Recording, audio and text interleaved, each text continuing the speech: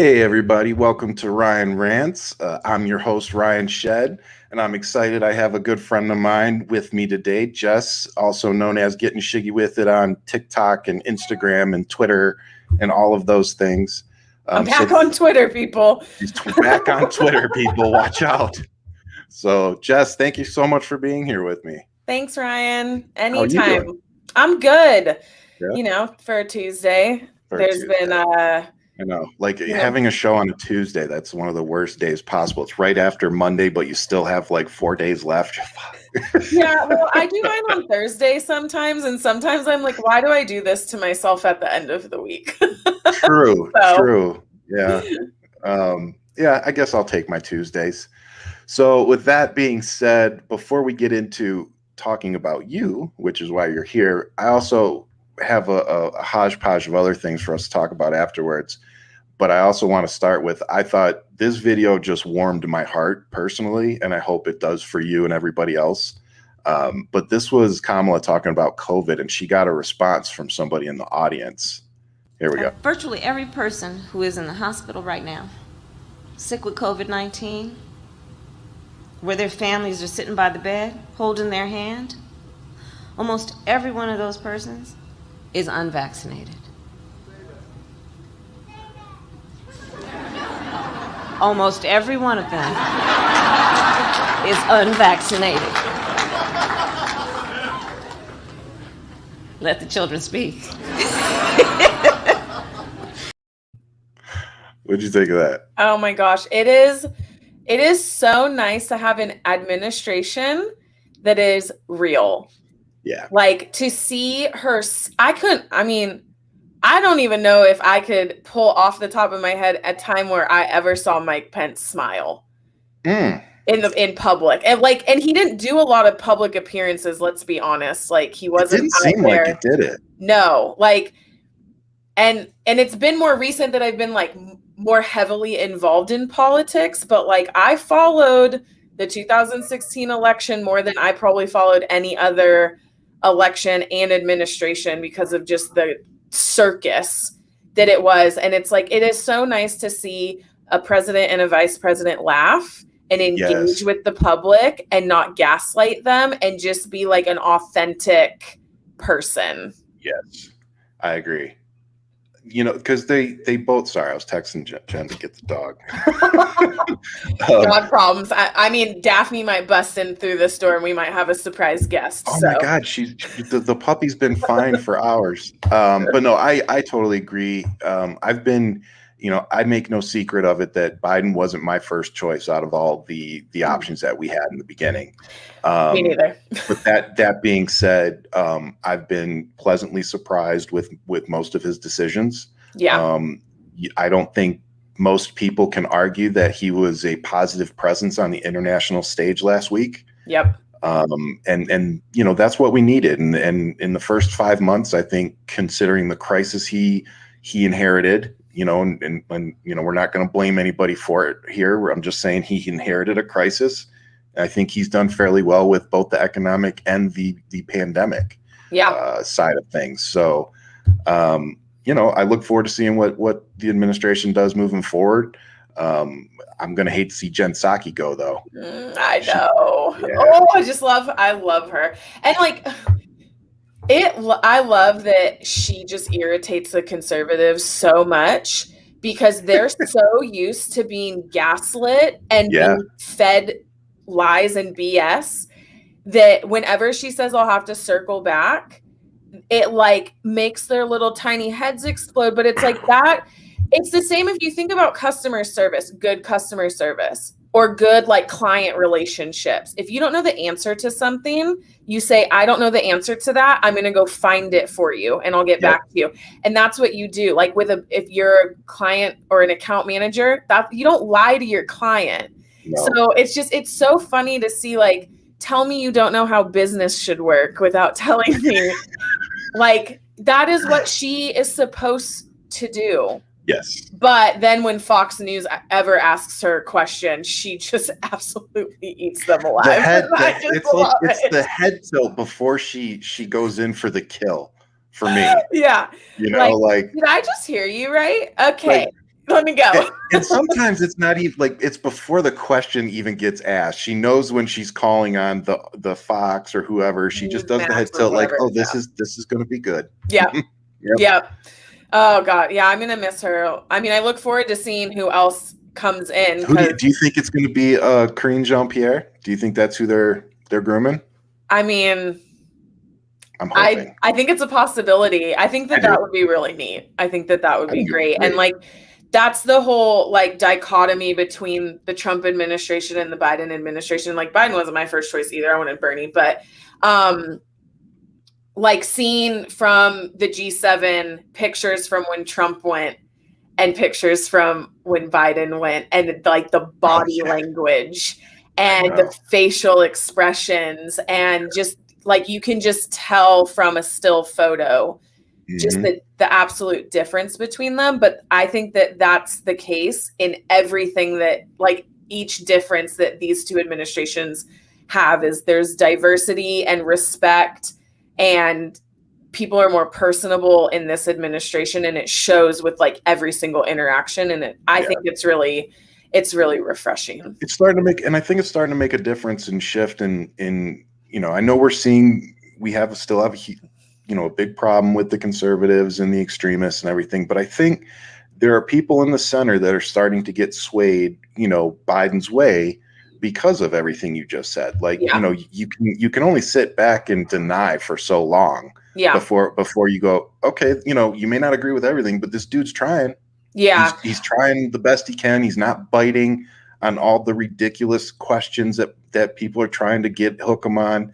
Like, you know, he's doing a good job. Yeah. And, you know, I agree. Even last week, I think it was at the G7 or when he got back or whatever, when that CNN reporter asked him that question about Putin, and he kind of like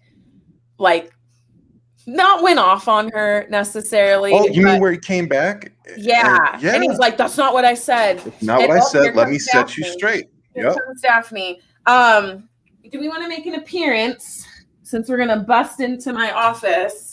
We love a good guest. Surprise guest. Surprise guests are always welcome.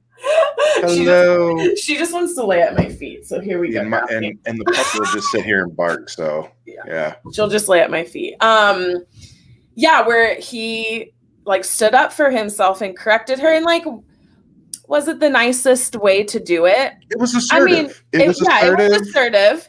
You know, and then he apologized. What a shock. Because that's what real adults do. Yeah. You know, but again, at the end of the, I personally like the clap back, you know, the way he snapped back. Like, no, that's not what I said. And I'm gonna firmly correct you on the public stage so that the concern, you know, he kind of took it away. Can spin it. Yeah, he kind of knew that was what was happening, and he went and gave the left a nice soundbite to be able to counter that with and be like, no, that's not what he said. Yeah, you know, here's how he corrected that. Yeah, like you're right. Like he did it in a firm, assertive way without embarrassing the person. Although I'm sure the person still gonna feel a little embarrassed. Like the president just raised his voice at you to correct you, but also like your question was kind of stupid. So, but like think about if someone would have done that to Trump in a different scenario and the way that he would have reacted to that. Yeah, it would have been nuclear. Reporter. It would have been nuclear. So, yeah, it would have, and it would have just been misogynistic or. I don't know how we got on. I don't know how we got on a 10-minute conversation from me showing. I'm only on number 1 on my outline. It was just the Kamala video. Moving on. Yeah, moving on. Okay. So let's talk a little bit about you before we get on to the other crazy stuff going on. So you started a podcast, which you were kind enough to have me on. And can you tell us? I want you to tell me what made you start it. Yeah, so I mean, this is also streaming from my channel, which is the Shig Show. You can find me on TikTok at Getting Shiggy with it. Like, I can't get all my handles to match up for some reason. So, like, someone already has this on Instagram, even though they don't use the handle. So it's like Getting Shiggy TikTok, and then the Shig Show on Twitter, because I'm finally allowed back on Twitter. I just had to start over. Candace Owens, not a very nice name, and they perma-banned me from Twitter. So I'm gonna be a little nicer moving forward. But TikTok pisses me off. So there's just constant problems with TikTok. I mean, yesterday I had all kinds of problems where people were body shaming me and I was responding to them with sounds that were approved and on the app, and they took it down for bullying and harassment, even though I would like block out the person's name. I wouldn't tag them in the video.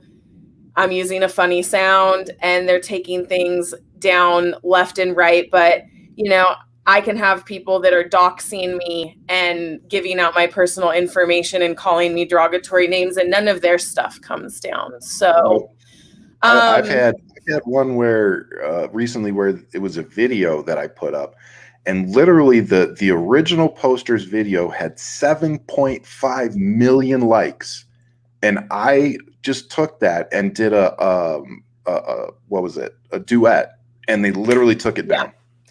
Yeah, like even yesterday and today I had things go into auto review and they were automatically given a community guidelines violation without even being released. And it's like, that's why I know I toe the line. So I'm not here to like play victim of like, I'm so nice. I know I'm not nice. I know I'm not nice.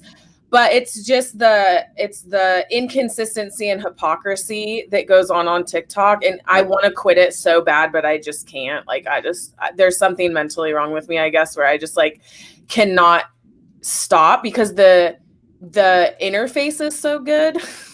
Like, it's so easy.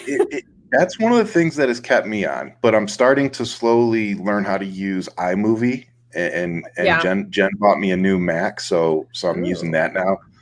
So I'm slowly starting to learn how to edit videos without it, but it's just so easy to do a quick video with cuts and effects and everything. Like, you know, you get really good at it. You can reply to comments, stitch people. So it's great, but like it's just too automated. So like what you said is I can use a sound not directed towards anyone in particular that has 7,000 other videos with that sound on it, but mine gets taken down. And I'm not trying to say anyone's necessarily targeting me, but we're getting targeted. I'll say it. We're getting targeted.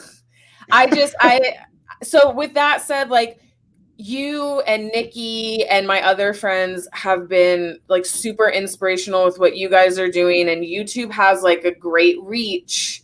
And even though I'm like just getting started, I don't have like all that many followers. I just thought that would be a good way to get messaging out. The Shorts is okay. I've uploaded some videos to Shorts. It's not that great compared to TikTok. Yeah, it needs some work. The user interface. And I like being able to have conversations with people where you can do a live, but it doesn't stay up afterwards on TikTok. You have to like take the recording and upload it to your YouTube anyways. And you can only live with one other person, where on StreamYard, you can do multiple people and have all kinds of fun stuff across the screen. And so that's kind of why I started it. It was like partially my hate for TikTok, but also just trying to find like other creative ways to connect with people, including my friends, but maybe other people that aren't on TikTok, or they're on YouTube more because they get a notification, where like TikTok notifications aren't all that great. So just trying to be creative with it. So, and I think too, the censorship is one of the reasons, you know, that we're all shifting. It's just because I can put the same thing up on Instagram, on Twitter, and it doesn't get taken down. And if it's not getting taken down on Twitter, like, it really shouldn't be getting taken down on TikTok. Correct.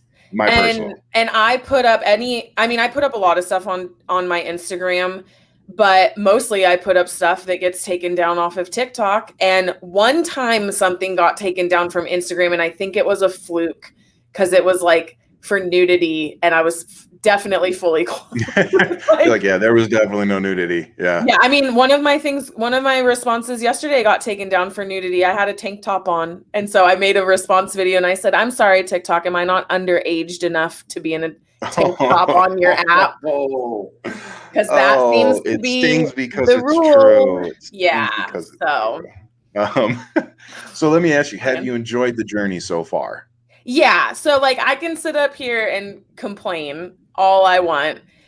The reason why I can't get off TikTok is because of all the awesome people I've met, including you. We would have never met. Let's be honest. Like, Nope. I've met, and I actually got to meet her in person. Her name's Allison. She's a lawyer in Georgia, and we got to have brunch after we were both fully vaccinated. Oh, cool. So it was nice because we're like an hour apart from each other. Yeah. But like, would her and I have met in real life? Probably not. Like she lives, well, poor her. She lives in Marjorie Taylor Greene's district. No, not for her. That just means that she can vote for Marcus Flowers. Yes, exactly. So, and I don't. I live more towards the city. And so it's just that's what's really kept me engaged, even when I'm really frustrated, is like I have created so many great relationships with people who enjoy the same things as me. We cheer each other on. We can complain and talk about the problems that we're going through because of TikTok, and we understand each other. And my husband's probably outside the room right now or watching. And I love you, babe, but you don't get it. You don't get it. Okay. You don't understand the emotional baggage. Yeah. Yes. And Maggie said, we need to create a support group for the spouses of all of us TikTok. There's some truth to that because usually Jen does really good about staying out of it. Like she usually doesn't even read the comments, or she focuses on the positive comments for me. Like that's how she is. But every once in a while, she'll get involved and get spun up, and whatnot. But yeah, she gets it, but she gets annoyed with how much it upsets me sometimes. That's it. So Ken's like, why are you doing it if it upsets you so much? And I think you and I, getting to know you over the last couple of months, we're really similar, that like we're passionate about what we do and we're passionate about justice. And so when these injustices are happening, like our videos are being removed while hate speech stays up, we take it almost like personally in a way. I don't think it's not like, oh, I necessarily did something wrong, but like the injustice is really like that trigger for me. Mm-hmm. And I can kind of spin with it a little longer than I probably should. And that's where Ken gets frustrated with it, is because he's like, well, if this is making you so upset that you're losing sleep, is it really worth it? Yeah.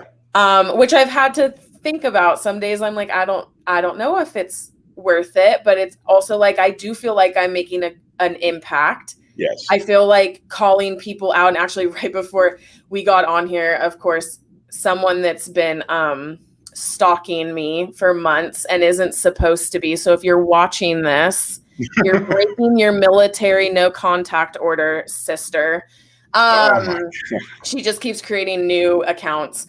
And she's like, you're bullying and harassing people. And it's like holding people accountable for their crappy actions and their hate speech and the things that they're doing is not bullying. Just a little PSA. So, though, yeah, I could go on and on, but here's my thing. Don't complain about the tactics that are being used against you when you use those same tactics. Exactly. You know what I mean? Like, you want to call it bullying, but you're doing the same thing. Exactly. And not to play the whataboutism thing, but at the end of the day, you're not going to sit there and hold me to a higher standard than you hold yourself. Yeah, exactly. So like, I know that we're all doing good work by calling it out, by holding people accountable. It's not bullying. I don't think so. At the end of the day, I think there's a fine line. Let me say that. Yeah, there is. I think, I think there's a way, and I think usually you seem to master this. I don't think I do, but there's a way, I think, to come in, make your point, make your video, make your point, and then pull back and just let it lie. Let it do its thing and let everybody have their conversation and freak out in the comments and do what they do, but you just walk away from it, move on to the next topic.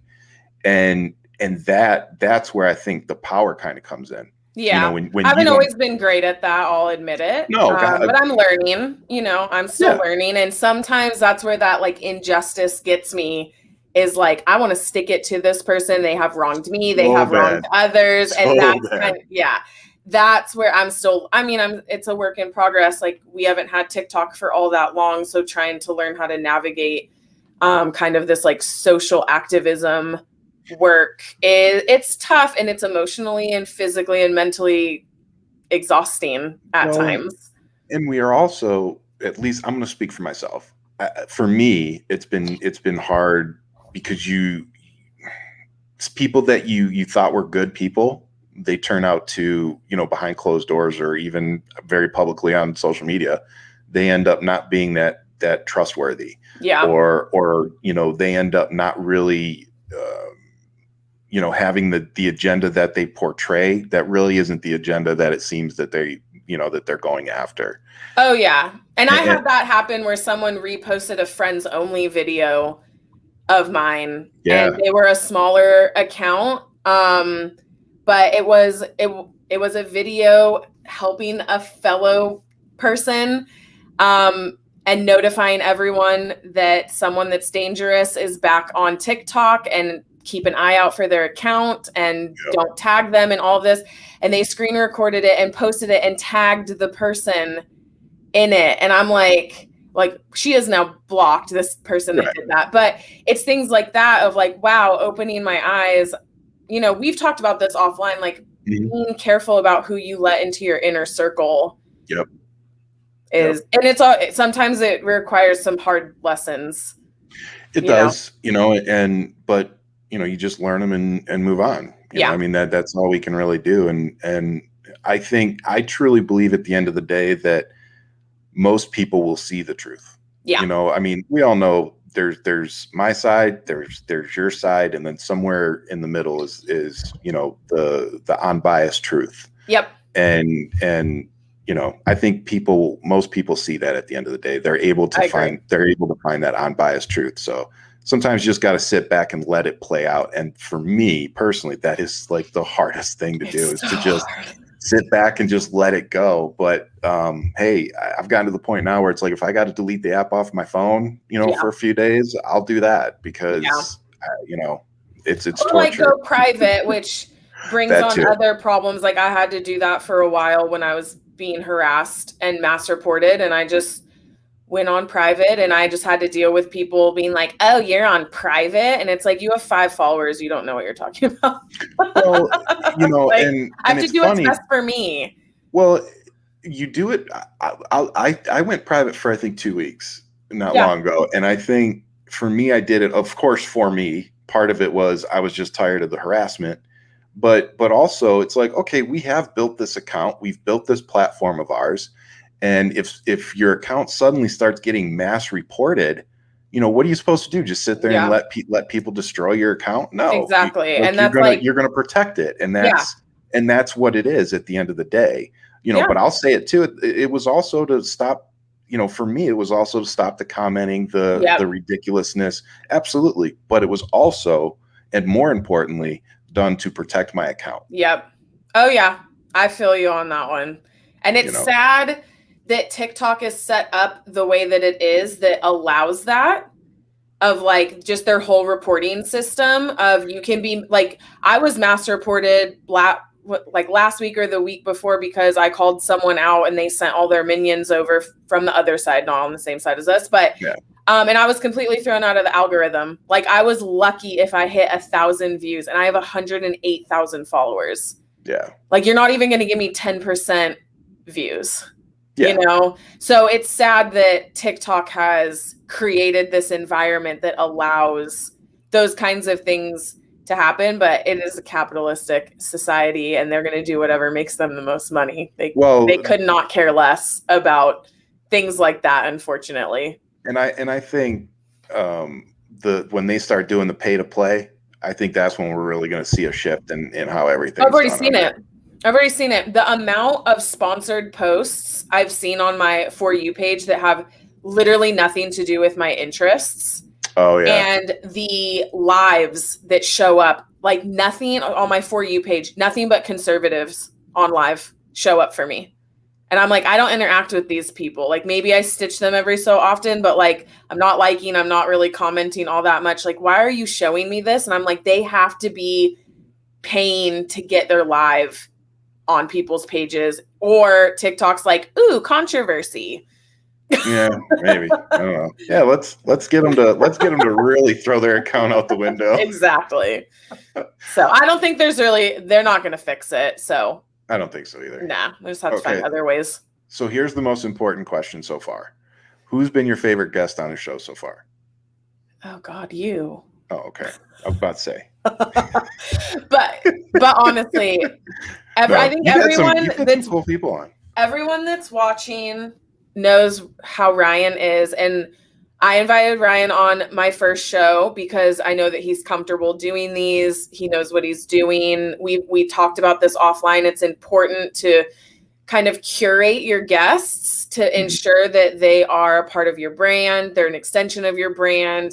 You want a good show. And so like you took an hour out of your day that same day just to make sure that I felt comfortable using StreamYard and YouTube and all of that. And like that, you didn't have to do that. And I know you didn't have to do that. That's just like your heart. And so that was probably the best part about, not only was it my first show, which was really exciting, but you helped me feel extra comfortable with kind of like what I was doing. I tried to teach myself as much as I could, but it was just nice, like having that beforehand, going into it, feeling confident. And then that show was just so fun with the four of you guys. It was. Like, it was just so, I could have kept talking for an hour. That was just so much fun. It did not, but just like this, we're almost at a half hour. It does not feel like we've been talking for a half hour. Exactly. But my second episode was really great because I had all women and they're ex-conservatives.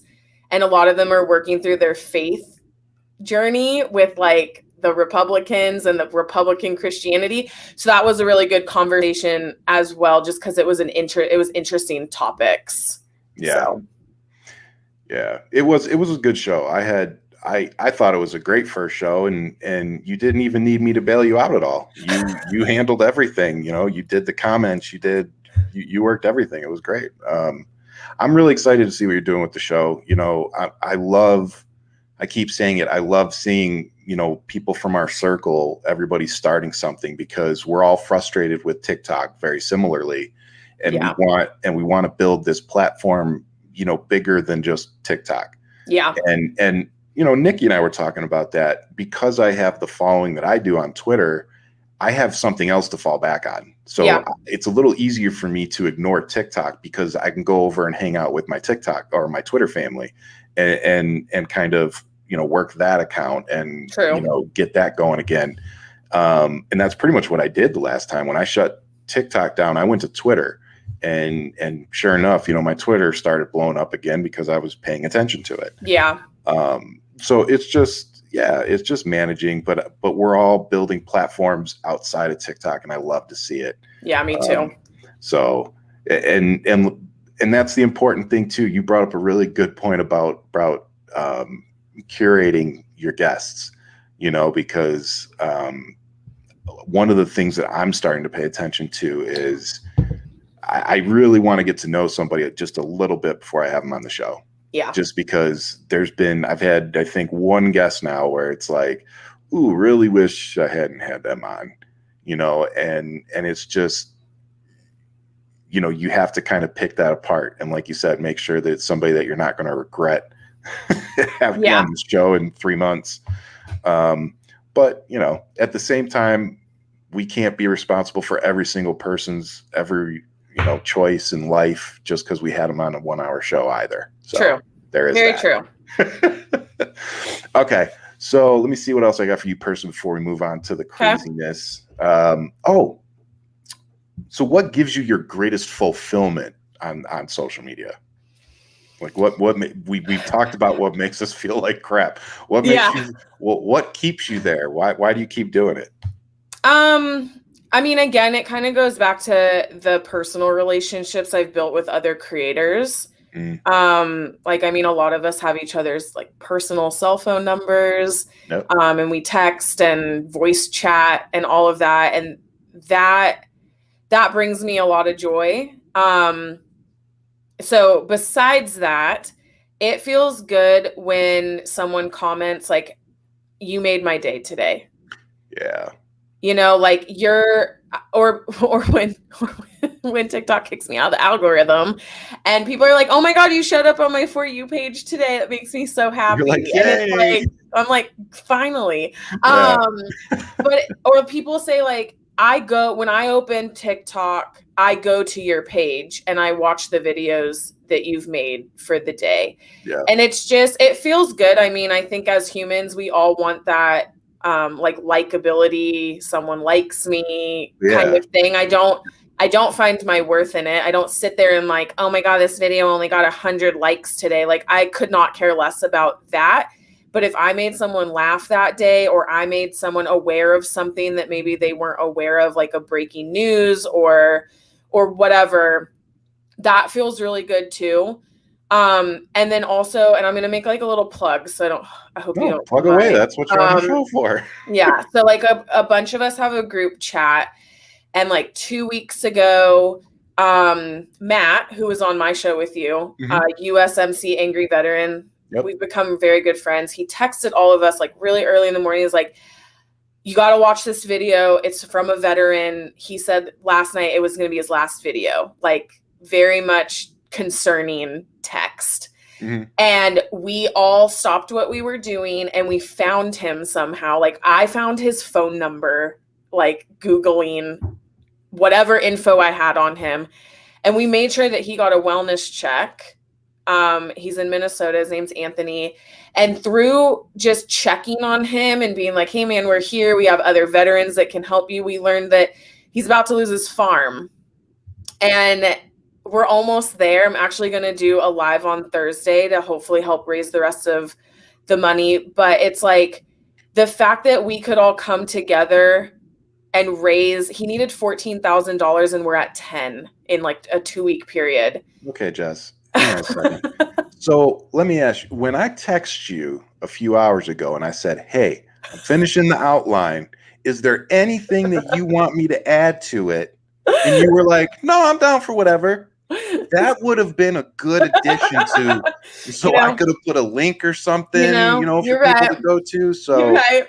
You can just come to my TikTok or I have a link in my link tree on my TikTok. So, but I'm going to do a live on Thursday and a bunch of us keep updating. But like Anthony, that's why I do what I do. Like all the BS that I go through and the horrible people on the other side that take this to a whole new level.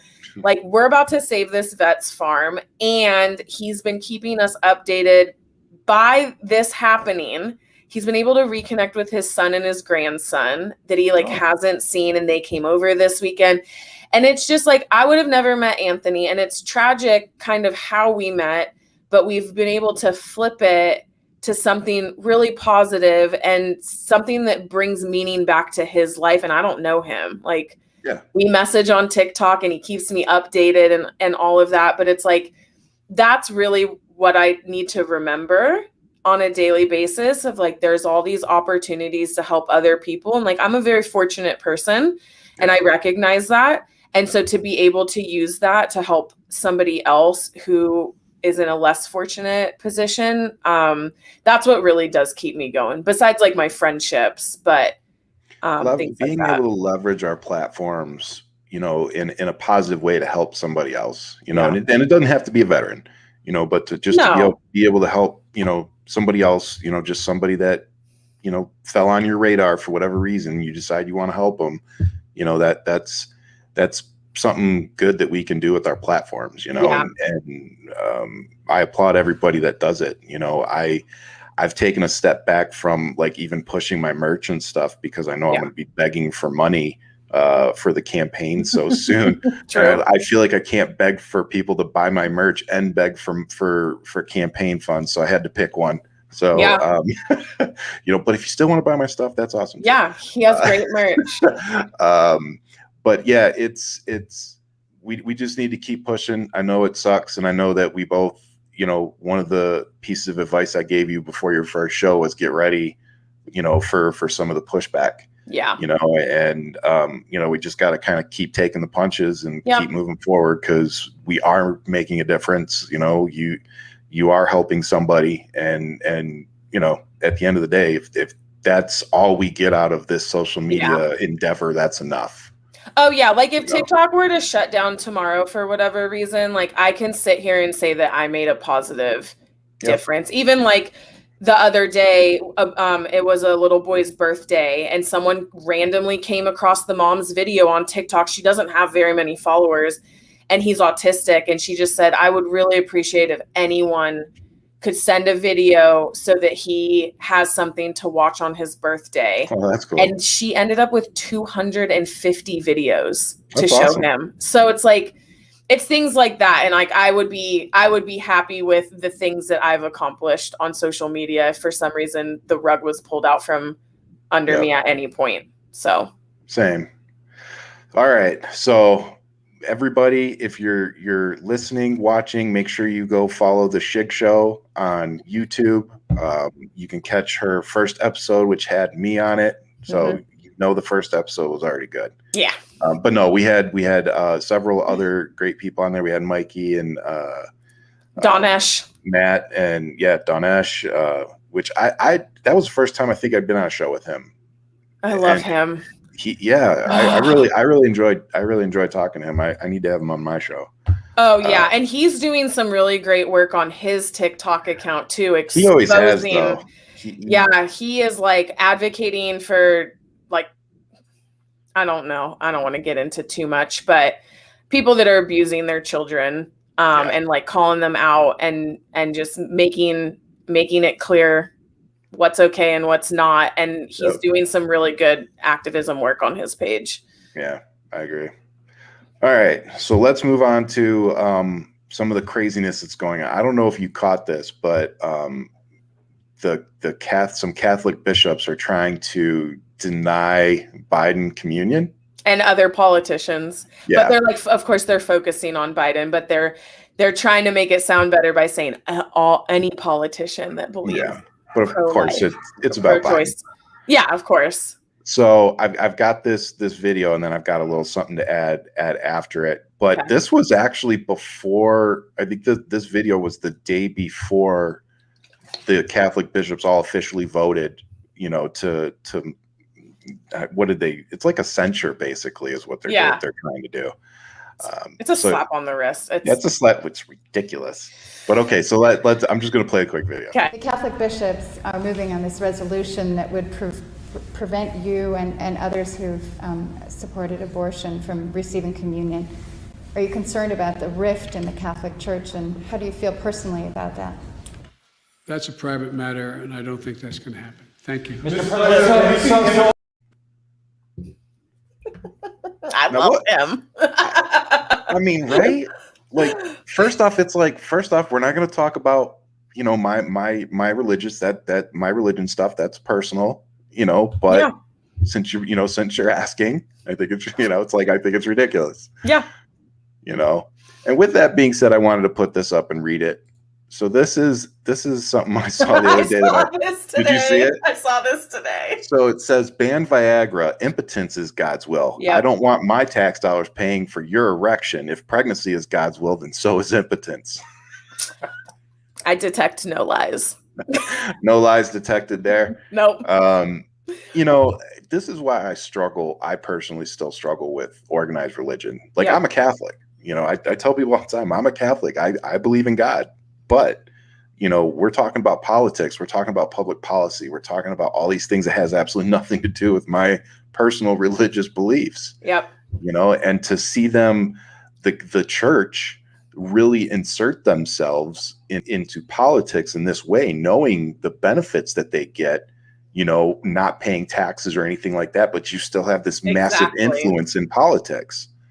Exactly. So that, and I grew up atheist. You can hear a little bit about my story on my second episode. And so I guess I still consider myself a Christian, but I'm really struggling with, like, I don't belong to a church anymore because of a lot of reasons having to do with politics and the way people are behaving and a lot of the hypocrisy around it. And And my belief is if it's not separation between church and state, and you want to get your business up in politics, then you can pay taxes. Amen. That's the rule.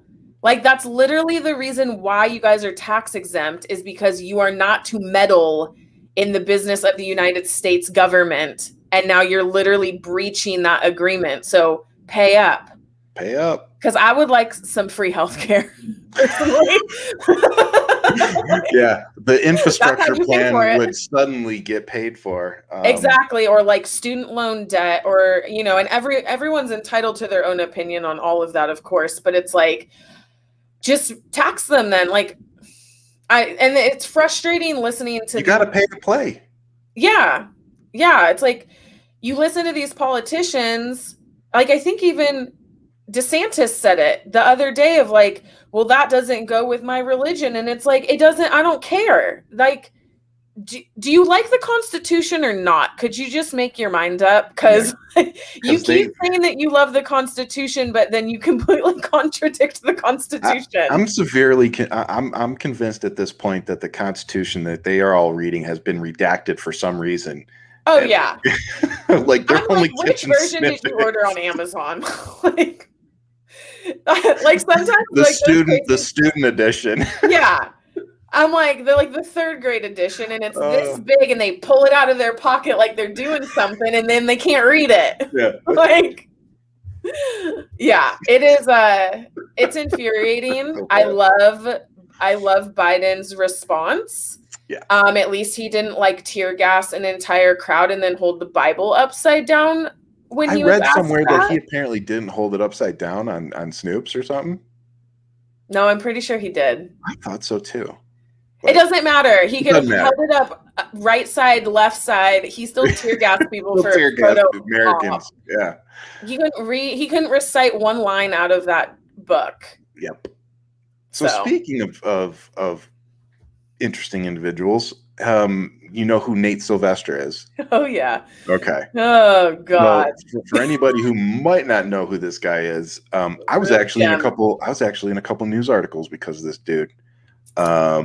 And so Nate Silvester's the cop that went after LeBron James for demanding accountability after it was the I don't remember her name, but it was the lady or the girl that was going to stab somebody and the cop shot her. Yeah, I think Micaiah Bryant. I might be saying that wrong, so I apologize. Nope, I think that's her name. Yeah. So thank you. But anyway, so it was after that, and LeBron James had tweeted out, accountability with a photo or something like that. And this particular individual who was a cop was sitting in his cop car with his uniform on and decided to make a ridiculous, what I thought was a ridiculous video. Horrible. Yeah, I thought it was in very bad taste. So he made the video. A lot of us liberals took it and complained because he was in his uniform in his cop car making this video. And, it goes against policy. I mean, it would go against military policy. It'd go against police department policy, which is exactly what ended up getting him fired. But for if you don't know, he raised over $500,000 on GoFundMe over this one video, getting fired, whatever. They raised $500,000, and in the GoFundMe it said something along the lines of, don't quote me word for word, but it was like, we will be taking this money and donating it to, I don't remember what it particularly was, but they were going to be donating it to like a charity, police fund, something like that. So it turns out that he got called on it, that he hadn't donated said money. He then turns around and posts a receipt which was $500 donation to. It wasn't even to the police thing, wasn't it? Wasn't it a child's something or other? Yeah. So it was a $500 thing, and he tried to manipulate that to say that it was the full 500,000. So yeah, this. And so when that happened, and I can't remember who it was, people called the charity to confirm when he was like, yeah, I donated all of this. So people just called up the charity and was like, hey, we just want to confirm that Nate Silvester donated this money. And they're like, yeah, he donated $500. Yep. Like, did you really think those people weren't going to tell anybody what you really donated? We literally got you fired, sir. Like, we can confirm if you donated money or not. Like, Yeah. Yeah, and he's smug. Like I know I'm smug and I'm petty, but I'm also not out here being a blatant racist. So for the things that he does, he is just a smug. Yeah. In his videos, and he actually stitched one of my friend Aaron, Aaron. Aaron Nine Toes is his username, because Aaron called him out and he got all up in his feelings about it. Really? He does not handle these things well, but he is just he comes off as the person of like, I'm untouchable. Yeah, I got fired, but I'm untouchable. I'm making money. You're not untouchable if you got fired, dude. Exactly. But that's like, that's just like the like ego that he has in all of his videos. Like, yeah. I don't understand. But I don't understand why people donate $500,000 to this guy to begin with. Well, I mean, how much did they raise for the bogus border wall? They're stupid. $25 million. That side is not smart. No. Okay. They are still grifting for their money to this day. Okay, you want to talk about a good grift? Here we go. So I love a good grift. So the Arizona audit is going on here, which is a laughing stock of a debacle. And it turns out that there is a group of individuals, not surprisingly, that are raising money privately under a 501c3 to pay for the costs of this audit. And I think it was like $2.8 million or something like that. So I sent out a message to Katie Hobbs, who's running to be governor, but is our current Secretary of State. And I said, hey, since we now know that they're raising all this private money to pay for this audit that the taxpayers have had to fork over money for already, could we sue them to reimburse the budget, the Arizona budget, for the money that we've already paid out to pay for this audit? Absolutely. Okay, Daphne, are you excited about this topic? Sorry for the background noise, guys. No, it's fine. I'm barely here. Damn dog. I feel your okay, so the grift continues. They're raising money on any issue that they can, and of course the money never goes where it's supposed to go, and nobody ever demands to see that it goes where it's supposed to go. Like, oh, we'll donate to this dude's GoFundMe page, $500,000. Oh, we'll donate to Kyle Rittenhouse's bail fund. Like, Jesus. And then you wonder why the left is like jumping up and down, screaming, like calling you guys white supremacists. You're bailing out white kids that shoot people in the middle of the street with the cops looking on. Yeah, I know. The fact that, like, I mean, let's be honest, the GOP has done a good job convincing poor people that other people are oppressing them. So, I mean, that's true. That's what they've done. So, like, your poor butt in Kentucky thinks that other poor people are stealing your money because of unemployment or Medicare or like whatever. And it's like, you don't make enough money to steal from, honey. And so I feel like this is the same thing with, like, even donating to Trump's legal funds, people like literally, and like the whole deal with the reoccurring payments that like literally wiped out people's bank accounts.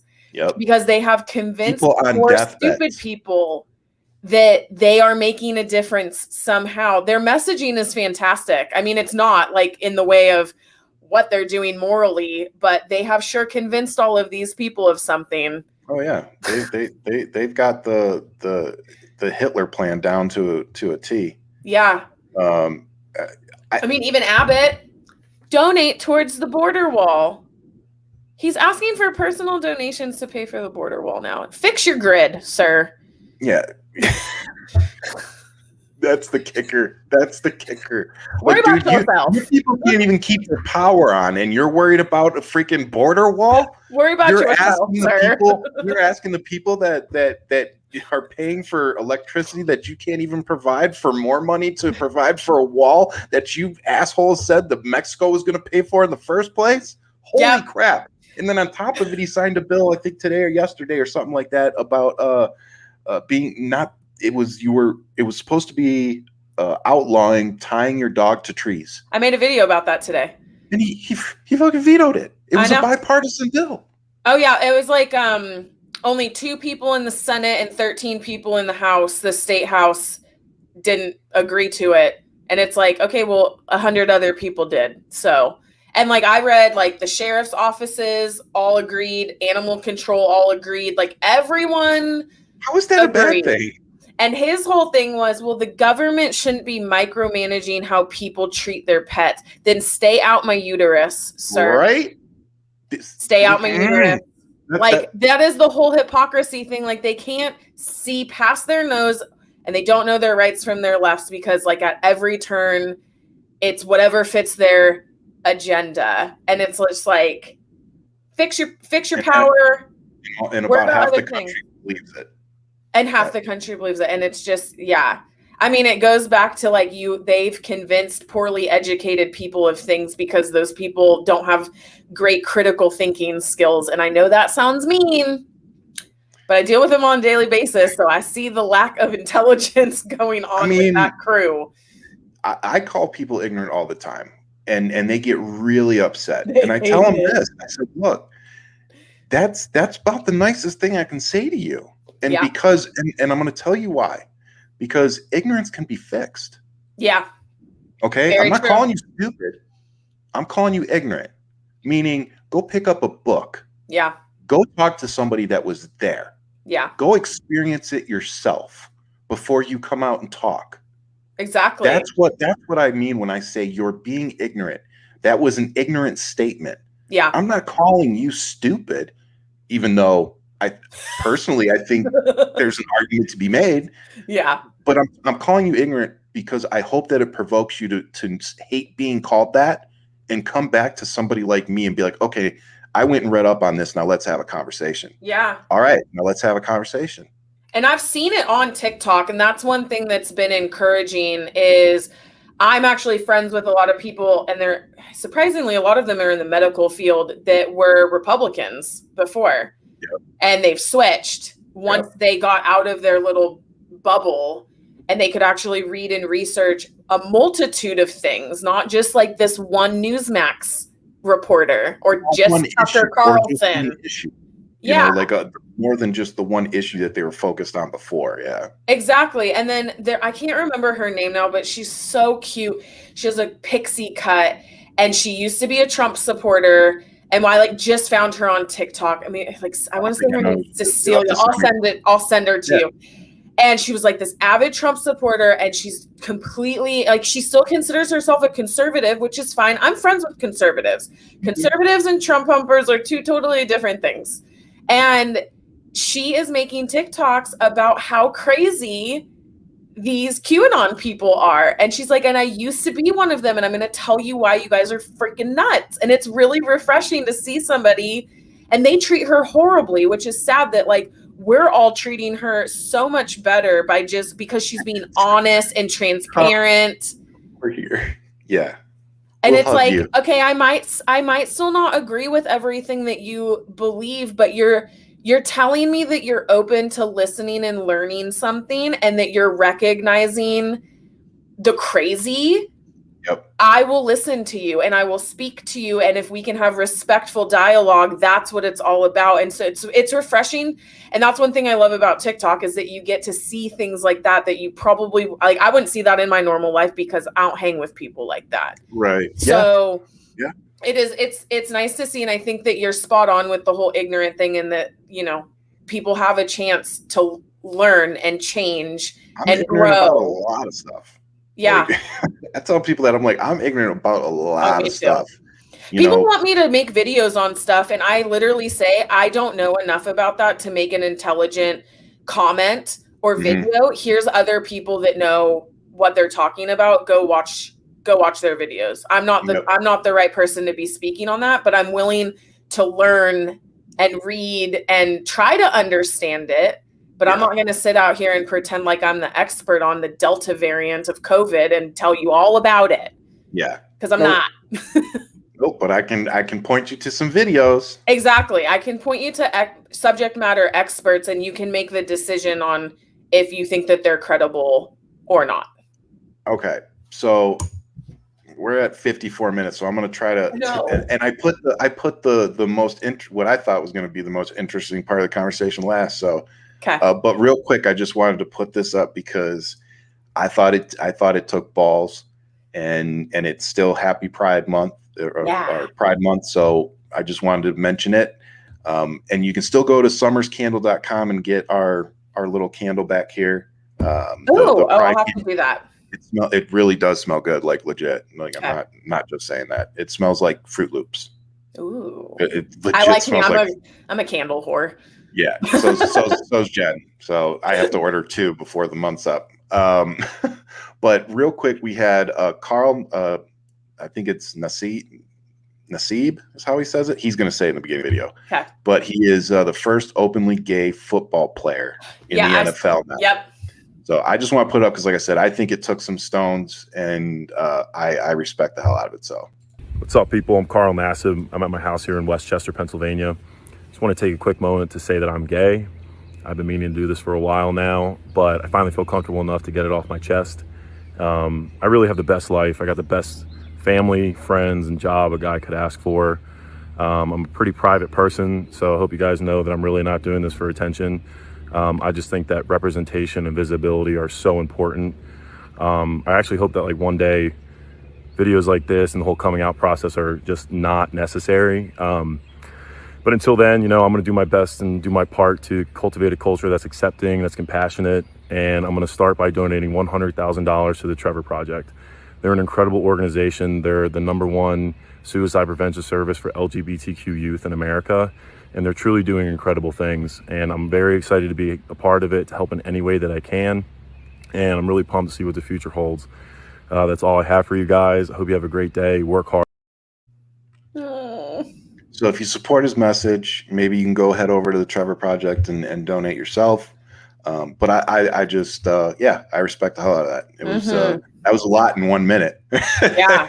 Good Trouble just did a fundraiser yesterday. Unfortunately, TikTok was on some BS and kicked him off his live for doing it, but he raised over $12,000 for the Trevor Project yesterday too. Awesome. Yeah. Good. He drew in Sharpie all over him to get the donation. So good on him, but in Sharpie. Yeah. Okay. I might let somebody draw my beard in with Sharpie on my face like that. Okay. So that's awesome. Yeah, I thought that was beautiful. And I want to just echo what he said at the end. I hope that those videos aren't even necessary. I just want to get to a point where everybody in our country can live authentically. Yes. Like we don't have to live the same way or agree on everything. Just be yourself. And hopefully we can find the things we do, find common ground on, and forget about the rest, man. Well, and that's what makes us interesting. I don't want to agree with everyone. And I think we talked about this on my show, even within kind of our own political groups. I don't want to just blindly be I agree with you in your messaging. That's boring. You don't grow that way. You don't learn that way. And I think no, go ahead. People say that about Nikki and I, our show. They're like, you and Nikki don't ever disagree. I'm like, but we really just we naturally don't disagree on much. Yeah. Even behind closed doors, private conversations, I can't even express to people, we will text each other the same thing at the same time. Yeah. And send it to each other. And it'll be when we literally go, well, that's weird. Yeah.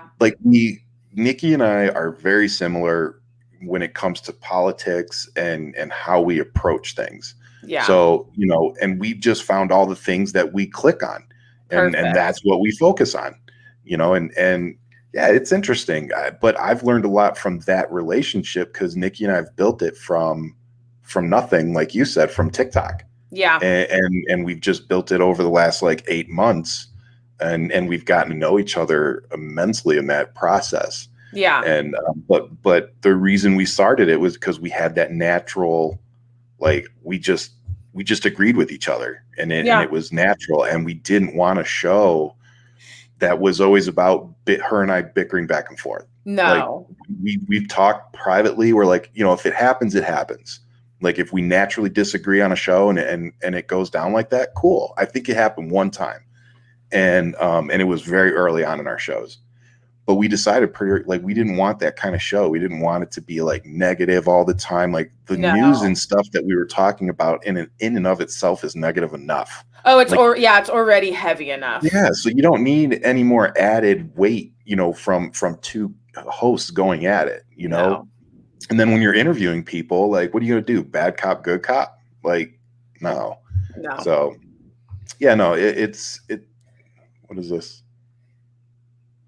Oh, the Houston Methodist Hospital stuff. Lord. Yeah, that's what a mess that is. Okay, so we're at an hour, so I'm going to show this last part. Because I really want to talk about it because I thought it was crazy. Did you see the stuff that went on Oregon on June 18th? I don't know if I did. A lot of people didn't. And before I show this, I'm going to credit the videos, the next 3 videos. The video credit goes to Grace Morgan on Twitter. So before I'm surprised my mom lives there. I'm surprised she didn't say anything to me. So this will be a surprise. Even on Twitter, it didn't get much traction until I shared it. And even then, it's still not getting a ton. So I thought it was kind of crazy. To me, this is what I think Insurrection 2.0 is going to look like. I saw you post this today. Did you see it? Okay. Yep. So this is one of the videos, and then I'm going to show you the oath. I can't wait to show you this guy. Okay, so here's the first video.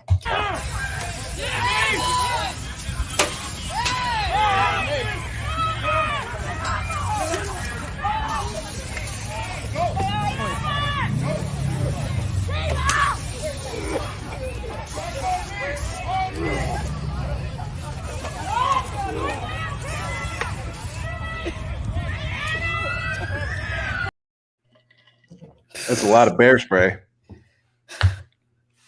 Wow. So that was at a park in Oregon, and apparently the oath keeping group had rented the park out, and counter protesters, Antifa, whatever, they showed up, and it turned into that. And it got to the point where they literally, I guess, had to declare like a little riot in that area. So this was in the middle of all of that progressing. So this is one of the next steps.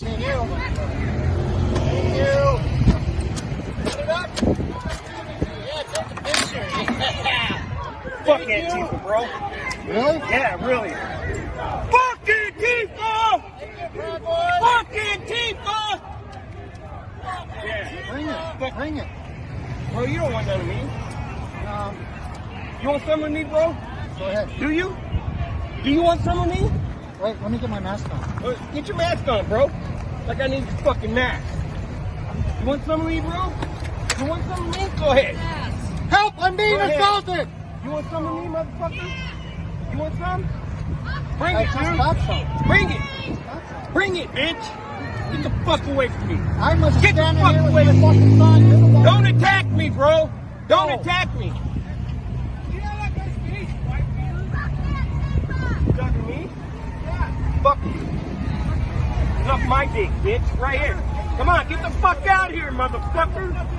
Come on, what are you gonna do, bro? You fucking Nazi. Come on.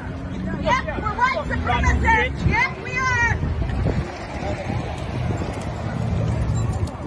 Look at his sparkling helmet.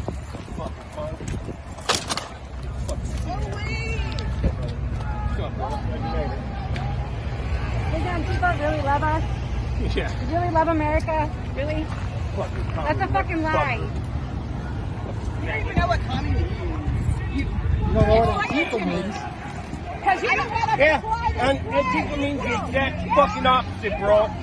The exact fucking opposite.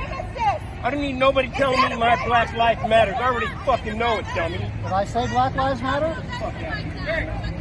That is the best. These are all best. He's a veteran. Yeah. Well, just so that Oath Keeper knows, Black lives do matter. And I'm an American patriot, and Black lives matter because we've taken the word back. So, shit. I haven't seen that whole clip. I saw up to the point where he pushed him, and my blood is boiling. Oh, yeah. Did you hear what he said? Did you hear what he said to the dude in the car as he drove off? He said, "I'll cut you too." Yep.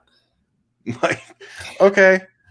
I haven't confirmed, but I saw somewhere on, I can't remember, on the second post with the Oathkeeper guy, that he's not supposed to be in Oregon. No, he's not. Yeah. And I have one more video, and when you're watching this, I want you to pay attention to what he has on his right hand. He has one of those gloves with the hard plastic pieces on so that he could beat somebody's face. It's the equivalent of having brass knuckles.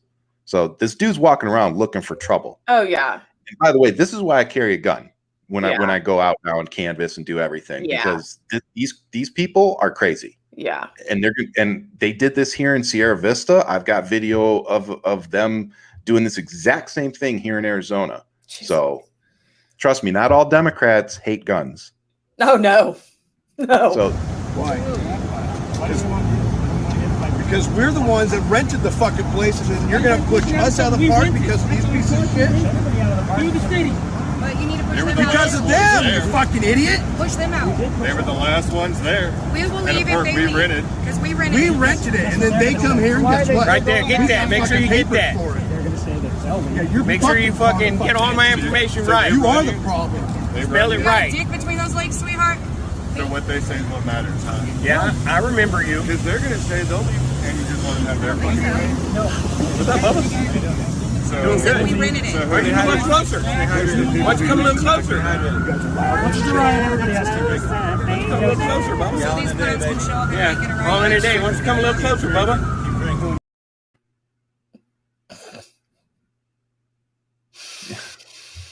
like, what do we do with that?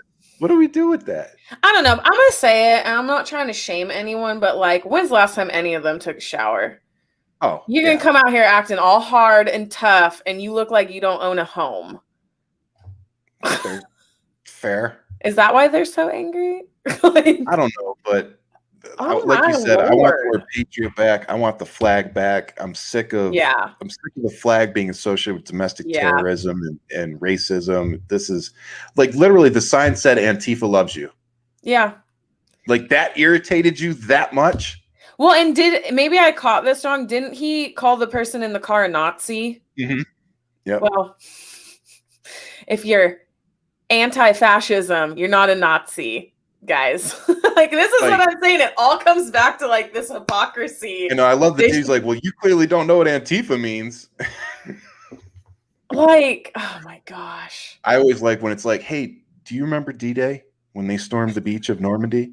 Did you know that they were all Antifa?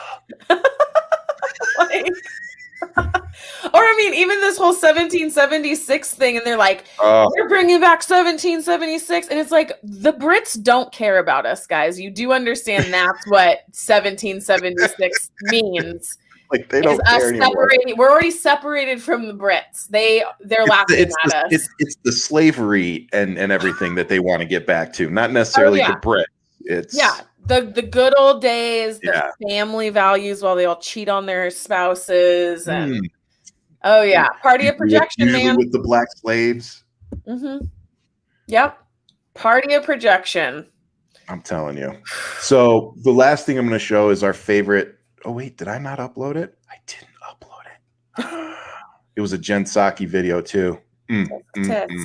I know. I've totally screwed the pooch. All right. With that being said, we're going to end on that. So tell everybody real quick where they can find you again, and tell them about your awesome new podcast that I'm excited to see you continue. Yes. So getting Shiggy with it on TikTok. I also have a backup account because I frequently get banned. Actually, while we were watching one of the videos, I got a comment timeout for calling someone a baked bean. That was the comment. Is that a derogatory word that I don't know? Apparently. So apparently I pissed someone off enough by calling them a baked bean. So there's that.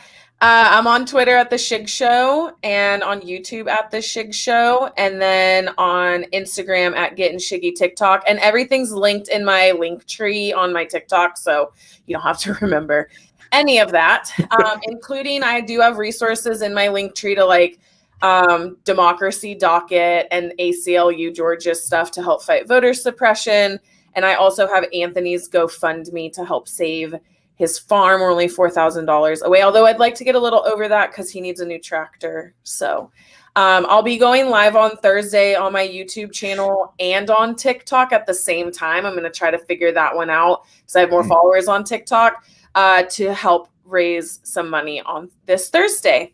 Yes. So this Thursday, make sure we all tune in. Yeah. We have a farm to save. We have a farm to save, and it's his house and his business. And he says it's the one thing that brings him joy. Although he did say, now that I have a relationship again with my son and my grandson, that's what brings me the most joy. And so that's really cool. And they came over and helped him do some farm work and such. But it is it's his livelihood. So hopefully we can save the farm. Well, I think it's awesome that you're doing that. And thank you so much for being on the show. I can't believe it's been an hour and 10 minutes already. I know. Yeah, it's always a good conversation. It's always great to have you on. I'm sure it won't be the last time. So thank you. And to everybody out there, you know how much I love you. We don't have a voice without you. And I'll leave you as I always do with much love. Keep fighting, and make sure you check out the Marcus Flowers interview on my YouTube channel. We'll talk to you guys later.